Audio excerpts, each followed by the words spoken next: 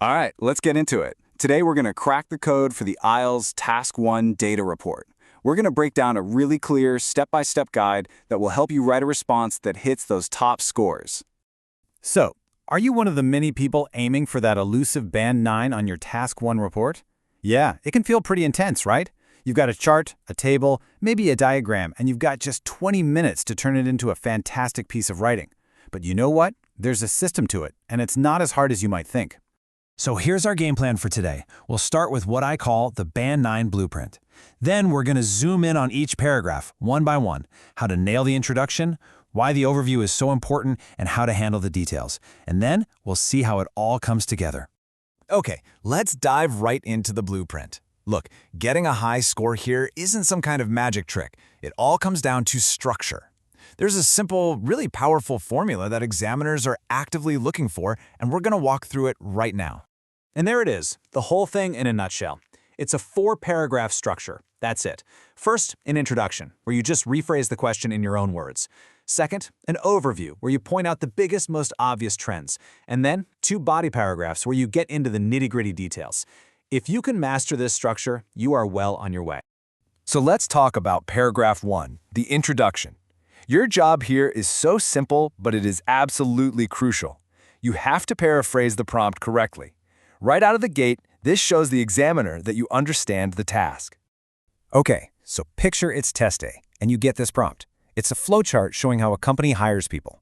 Now, the temptation is so strong to just copy that first sentence to get started. But please, don't do it. It's a huge mistake.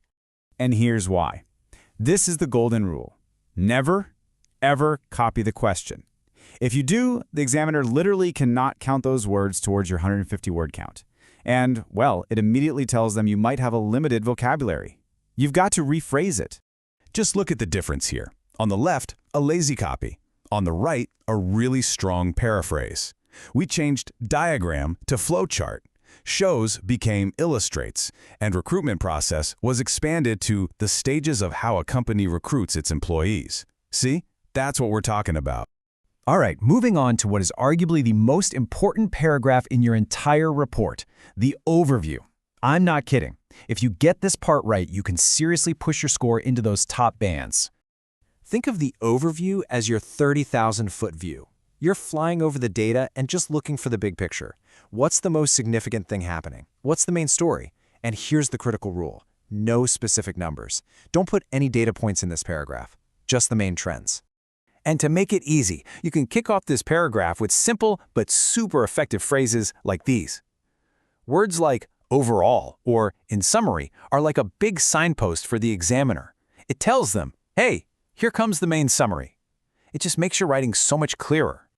Okay, so we've set the scene with our intro and overview. Now it's time to dive into the details in our 2 body paragraphs. And the real skill here isn't just listing what you see, it's about grouping the data in a smart, logical way. So you might get a table like this one. It's showing student enrollments from different places over a few years. Yeah, that's a lot of numbers to look at, and it's easy to feel a little overwhelmed. So, what do? Well, remember, you're not a robot. The examiner doesn't want you to just list every single number one by one. A Band 9 response analyzes things. It finds a logical way to group the information together, which makes it way easier to talk about. And here's exactly how you could do that. Instead of going through the table row by row, what if we group it into 2 logical categories? Regions that saw numbers go up and regions that saw numbers go down. Bam! Suddenly you have a perfect plan for your 2 body paragraphs. So once you have your groups, you need the right words to describe what's happening. Let's start with the vocabulary for upward trends. You know, when the numbers are going up?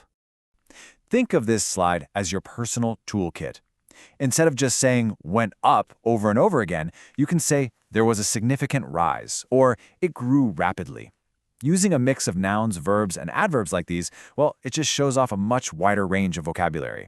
And of course, you need the language for the flip side. What do you say when the numbers are heading in the other direction? And here's the other half of that toolkit. Now you can describe a sharp fall, a moderate decline, or mention that the numbers drop slightly. Having these words ready to go is going to make your report sound so much more professional and fluent. So, we've taken apart each piece of the report. We've looked at the intro, the overview, and the body paragraphs. Now let's put it all back together and see how this machine really works to create a high-scoring report.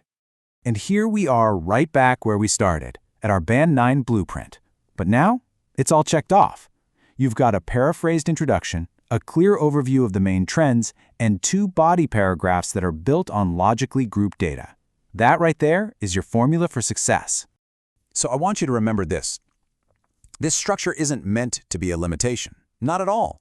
It's actually the key that unlocks everything else. It gives you clarity, it gives you coherence, and that's what gets you a top score. So, I'll leave you with this question to think about. Now that you have the blueprint, which piece of your own writing are you going to focus on improving first? Is it going to be the introduction, the overview, or maybe grouping the data and the details? Have a think about it.